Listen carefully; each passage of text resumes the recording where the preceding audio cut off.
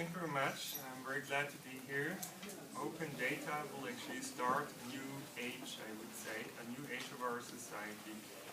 Many countries in Europe are in a deep economic crisis, and so we need to think about how we organize our economy of the future.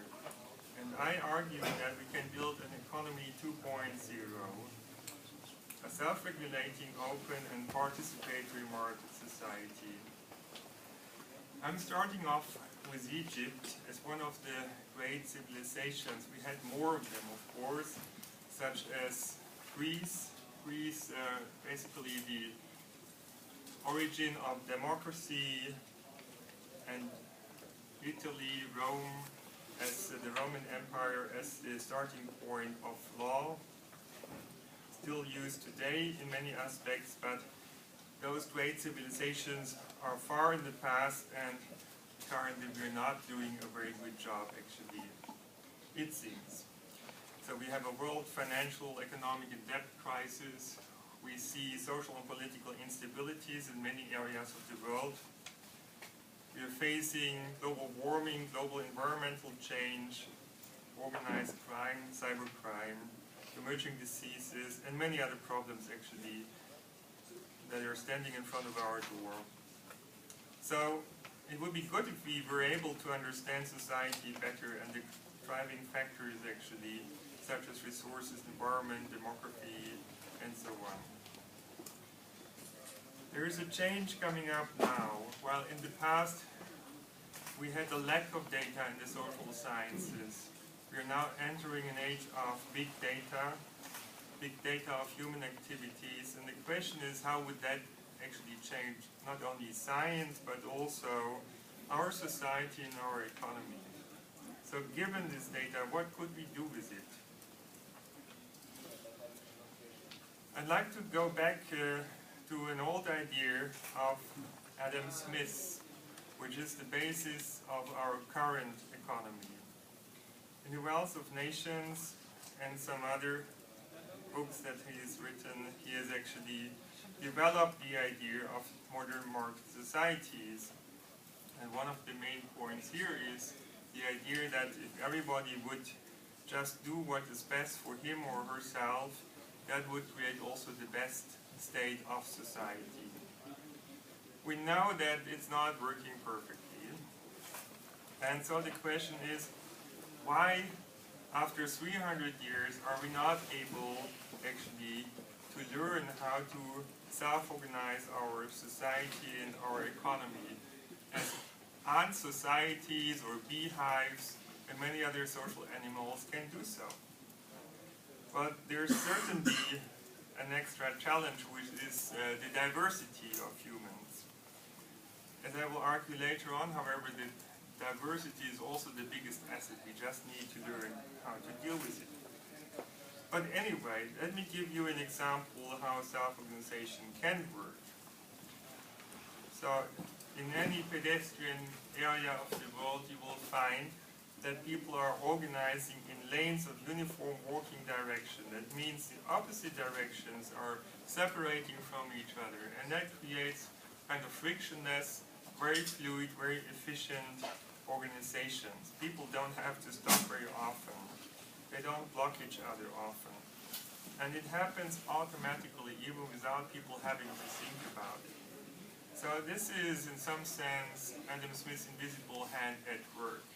There's no policeman, we don't need any regulations for this or laws, it's just happening. However, we know that when the density becomes too high, things can easily get out of control, such as at this crowd disaster in Duisburg during the Love Parade, where obviously nobody wanted to harm anybody, but in the end 21 people died and more than 500 were injured. In the very same way have we seen during the financial crisis that the markets that we often believe would self-organize themselves were suddenly failing and required government help. So if we push it too far in a complex system, and basically this invisible hand doesn't seem to work. So how would we be able to make it work? I'll come back to this later on, but I'd like to mention before that we are facing a number of similar problems that are characterized by systemic instabilities, such as every social dilemma situation where cooperation in principle would be good for everybody, but where it's better for you if all the others cooperate but you don't, where you get an extra benefit for not cooperating. These kind of social dilemma situations tend to lead into an erosion of cooperation and finally a tragedy of the commons. And since hundreds of years we're facing these kinds of problems, like environmental change, global warming. Okay, that's an issue that we discussed only for a few years or decades, but environmental pollution certainly is a very old problem and we haven't finally solved it. Overfishing is another problem, not solved. And environmental exploitation. Just to mention a few, but also free riding, tax evasion and so on are other problems of these kinds where, as I said before, cooperation would be good for everybody, but it's an unstable state, and that's why, similar to the crowd disaster I've shown before, this desirable state does not show up. We have to do something to stabilize cooperation in these kind of situations. And so, as it doesn't happen by itself, we have come up basically with laws and regulations, thousands of laws, tens of thousands in fact, and we still have the problem, by the way. So, what I want to say is this failure of self-organization in the markets, in certain kinds of circumstances, not always, of course, require basically a top-down control by politics. And of course we need police and courts and all this. And so we basically have a competition between the bottom-up organization of markets and the top-down organization of politics. But this attempt to control the situation top-down is apparently very expensive. Most industrialized countries, maybe with the exception of Switzerland, have huge debts of the order of 100% of the GDP, a whole year's production basically. Some countries even 200%, and it's not clear how long we will be able to pay our debts. So it seems that the system as we are organizing it today is coming to its limits, and we may have to come up with a new approach. And the question is, what would this new approach look like? For this, it's good to look back at the systems that we've had in the past, and still today. So, one of those systems is a centrally planned economy, where we have a central planner who organizes the system in a top-down way, and also regulates it in a top-down way. We've seen that as compared to the second type of economy, this has often been inefficient. So that's why we have in many countries a market economy, where we have a bottom-up organization, that means the self-organization of markets, but as I just explained, a top-down regulation by politics. This market self-organization is based on the concept of the homo economicus, that means the independently deciding and utility maximizing individual or company, so everybody is just trying to get the best out of the system for himself or herself. And I'd like to argue that there is actually a third opportunity where we would have a bottom-up organization and a bottom-up regulation, and that if we would learn how to do this kind of organization, it would free up a lot of efficiency again, and it would be beneficial for our society. But this kind of approach assumes that people, companies would decide in an other regarding way. That means considering basically also the impact on the environment and on others. Now you could argue, okay, why should they do it? And the answer is because it's better for everybody. We have done computer simulations based on evolutionary rules, biological competition and mutation, that shows that under certain conditions such a Homo socialis can actually thrive and have better payoffs than the Homo economicus. So it's a completely different approach, and we have looked at that in detail in a different kind of system, basically traffic systems, where we also have the problem, as in our economy, that we cannot satisfy everybody's expectations at the same time. So some cars have to wait at the intersection. And then the question is, how do we basically distribute space and time and service capacity at intersections? And that is classically done by a central traffic control authority. That means by a top-down regulation. But in principle, we could also do it in a different way if we let every intersection separately optimize, in this case, minimize the waiting times of the cars. And that would basically correspond to the approach of the Homo economicus.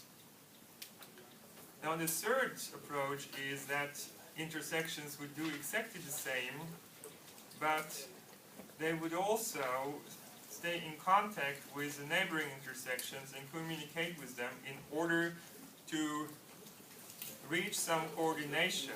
And if it turns out that the queues grow beyond a certain critical length, we would interrupt the minimization of the waiting times in order to reduce the queue length.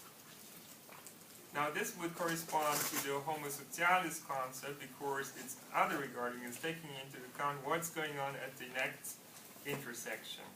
And let's have a look at how those three different systems perform. Now the red line actually corresponds to this top-down regulation, an optimal periodic service, and you can see the queue length as a function of the capacity utilization. It turns out that this approach is doing reasonably well, but the surface optimization, according to this concept of the Homo economicus, is doing much, much better actually. So in fact, the invisible hand kind of self-organization among those neighboring intersections works very well and further reduces the queue length.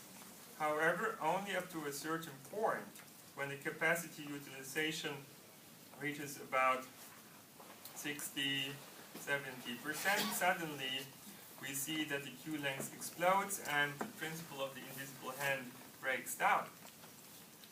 While the Homo socialis actually has all the benefits. It's performing as well as the Homo economicus, but also at high capacity utilization it still has a superior service for everybody. So the interesting point is that this decentralized self-regulation approach responds more flexibly to the actual traffic situation, and that's why it's outperforming even the centralized control. However, today we have more and more systems which a large degree of variability. For what reason planning is not a good strategy, and instead a flexible response is actually the superior strategy. In fact, Adam Smith was already aware of the social nature of human beings.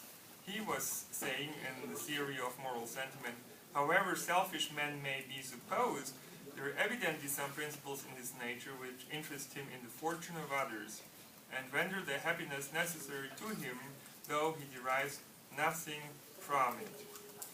So it would really be basically taking the next step, making basically this idea of self-organization work after 300 years, using data about human activity patterns, about production, about whatever is going on around us in the world. And the question, however, is, if we want to support such kind of other regarding behavior, if we want the Homo socialis principle to thrive, then we need to have the right kinds of institutions, because in the context of homogeneous, anonymous markets, for example, the Homo socialis cannot thrive. He will behave like a Homo economicus, and that means we will have to face all the tragedies of the commons that we have today. So we want to overcome them. We need different kinds of institutions, and I'd like to argue that social media are actually providing platforms that allow the Homo socialis to thrive, that help people and companies to coordinate with each other, and open up opportunities for self-regulation. And one important principle in that context is reputation. So reputation systems are spreading in our web very quickly, and that must have a reason. Here is the example of eBay. Scientists have studied actually the reputation system, and turns out it's good for sellers and it's good for buyers as well. Sellers can sell their products at a higher price if they have a high reputation, and buyers feel more comfortable about it and get a better service. So reputation systems are actually one of the principles that stabilize cooperation in social dilemma situations, and basically allow to create the feedback loops that allow better behavior to thrive, that allows companies to invest into quality and reach a situation where people would buy this higher quality. Of course, reputation systems do exist already, but at the moment, recommender systems are personalized in a way that creates something like a filter bubble. That means kind of a world in which we don't see all the reality anymore. We just see the reality that we like and that fits our taste. And that's a problem because it's manipulating our decisions, and we know that that is potentially undermining the principle of the wisdom of crowds, which is underlying democracies, but also financial markets. So we need the wisdom of crowds to work, and for this we need to make sure that we're not going to manipulate people's decisions too much. And we need to make sure that we keep up a high level of diversity. Now, big data, of course, has the potential to discriminate between different kinds of people. But we need to be careful about it. While you can certainly make money on this, no such algorithm is ever perfect, and so there are false positives and false negatives. And the false negatives are a particularly nasty case because those people who should get the benefit are not getting the benefit, and instead they're punished in some sense. So they pay a double price in some sense. And we need to make sure that we're not entering now an age of discrimination by using big data in the wrong way. We need to be aware that while diversity, of course, is challenging us, it's the driver of innovation. It's a base of societal but also economic resilience. And so it's really important for the functioning of our economy and of our society. And we need to learn to appreciate diversity. We need to protect it in the same way as biodiversity. And therefore, we need to make sure that the social media and everything else we build in the web will not reduce social diversity, but support it. Because that's the basis of our cultural evolution. And that's why I'm arguing for opening up a lot of the data, and particularly of the rating and recommendation data, because we can't afford a company or an institution to decide for us what would be the right thing to do, what would be the music to buy, the movie to watch, and all these kind of things.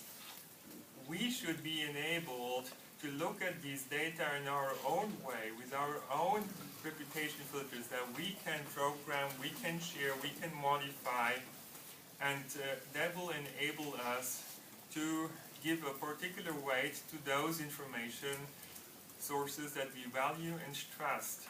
I mean, experts that we appreciate, friends, family, colleague, whatever. But I think for this to happen, we need to open up those kind of data, and that's what I'm arguing for. So for the age of big data to be beneficial for everybody, we need to open up the data. Thank you very much. Thank you.